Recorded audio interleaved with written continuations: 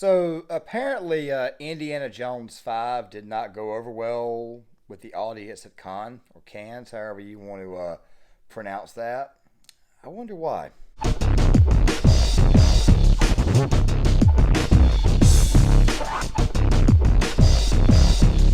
Before I talk about this topic, I want you guys to know right now that this film has not been released. There have been a lot of rumors around this film. There have been a lot of a lot of how do I say, a lot of script leaks, a lot of story leaks that kind of make people a little bit shy about touching this movie. But I'm also going to be explaining this in this video here why it is that a lot of people are probably still going to go watch it anyways. I'm probably going to use Star Wars to kind of help convey that, seeing how that Star Wars and Indiana Jones are both properties of Lucasfilm now, or they were of Lucasfilm, now they belong to Disney. And of course, George Lucas was the main driving force behind both franchises. Of course, the films were directed by Steven Spielberg, that there being Indiana Jones, but still. Obviously, we got to talk about this because a lot of people were upset that Disney has completely ruined everything. So I guess that at this point in time, we should not be surprised if Indiana Jones 5 ends up being ruined. But the fact of the matter is this right here. Harrison Ford got a pretty good ovation at Cannes. He's obviously going to get a good ovation. He's been in Hollywood for like 60 years or so.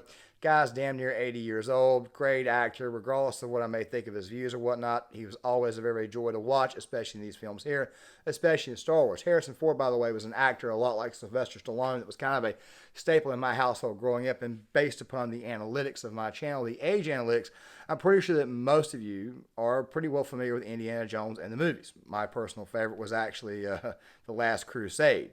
But yet people think that's like the weakest one. I have no idea why it is that I have this affinity for weak films. Rocky 5, Rambo 2, Rambo Last Blood. You know, just that kind of guy. Mission Impossible 3 is another example too. I want you guys to know I don't just sit around watching Sylvester Stallone movies. But still at the same time, a lot of people have been looking at this film, the script leaks and everything before it came out, and they were saying this film is obviously a disaster. Well, they go to Cannes or Cannes Film Festival, and it gets viewed, and the word that we're getting right now is that the film post-viewing got kind of a very lukewarm reception, meaning that a lot of people were probably not exactly impressed with it. And it looks to me like, according to this article, that the main reason why people were not okay with it was the co-star, Phoebe Waller-Bridge, or Bridges, whatever her last name is. Phoebe Waller-Bridges, Phoebe Waller-Bridge, Phoebe Waller-Bridger, whatever it is.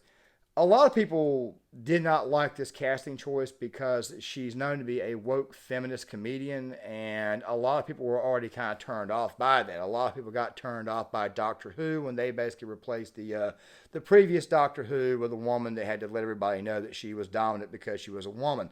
That type of stuff there, it gets pretty old pretty quick. People get they get knocked over the head with political messaging and crap, and of course it just makes the entire product stale and damn near unwatchable. The thing is this right here. Indiana Jones is an iconic character. And when you look at the script leaks, a lot of people were already looking at it and they were saying that this is an absolute disaster. Well, from what I'm reading in this article, the word that's coming out of here, and there's also two other articles that concur with this. Don't worry, I'll leave them in the description box. People were not exactly, how do I say, enthused about the film itself. And it looks like the main reason why they were not enthused about it was because of the character that Waller plays.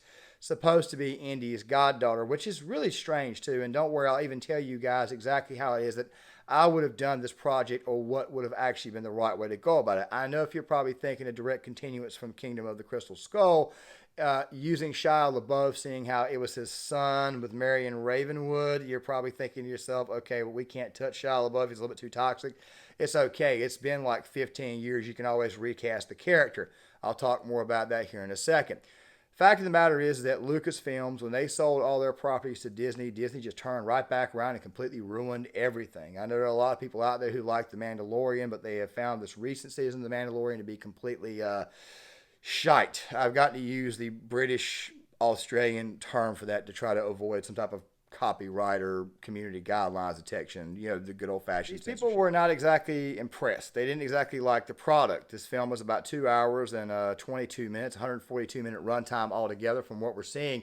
And a lot of people were not exactly impressed with the plot or the actual character itself. If people are whispering in a theater, it tells you that people are not exactly engaged in the film. Maybe the movie's not funny, you know. And by the way, camp is kind of a staple of Disney. Sometimes they do it too much. Marvel in the old days in phase 1, 2, and 3, when they used camp, they did it the right way, but when they did it in Star Wars, it just came off like they were just hitting you over the head with it, constantly saying you have to laugh at our jokes. Don't worry, I'll talk about Star Wars too. This is actually a pretty long video.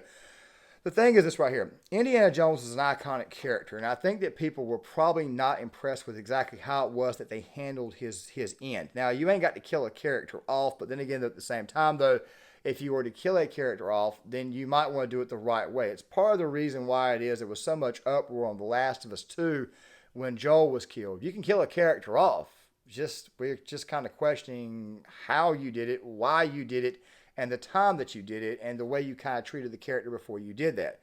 I kind of had the same feeling when it came to Han Solo. I did not like the way they killed him off in Episode 7. I felt it would probably be better to kill him off in Episode 8.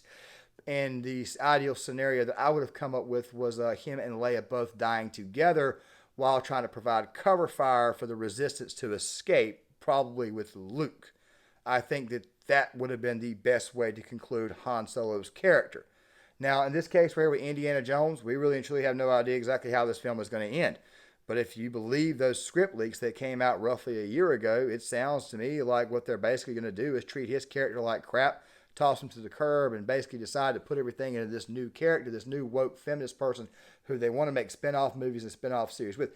I'm pretty sure that something has got to be creeping into the people at Disney's mind, seeing how Kathleen Kennedy and Bob Iger and pretty much all of the old heads at Lucasfilm were actually in attendance in the audience. They actually saw exactly how the crowd reacted. Yeah, this is not going to work.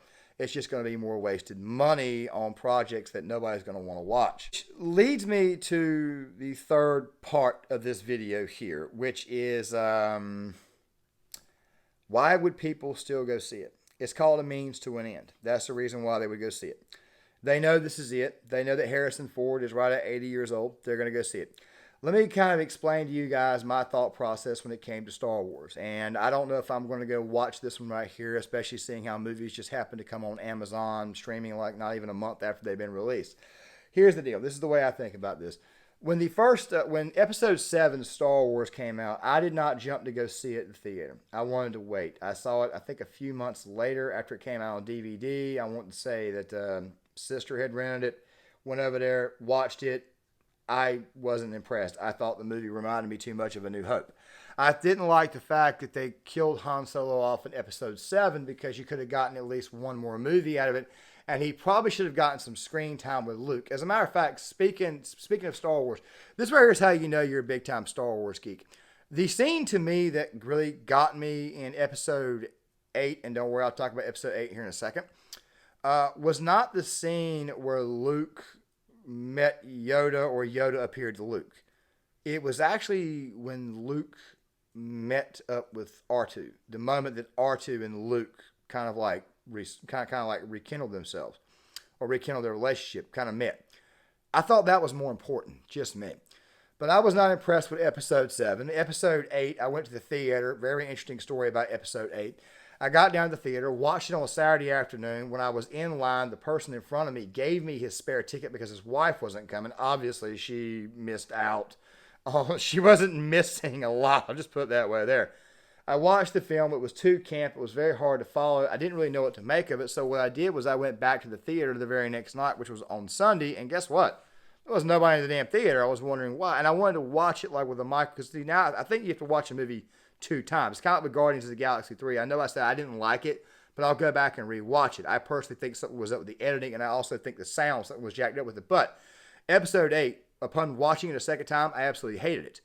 Upon watching the movie Joker a second time, for whatever reason, I didn't like it the second time I watched it. And I went and watched Rise of Skywalker anyways. I went and watched Rise of Skywalker because it was a means to an end. I went and watched Indiana Jones and the Kingdom of the Crystal Skull because it was a means to an end. So, yes, people will go watch this movie because it's a means to an end.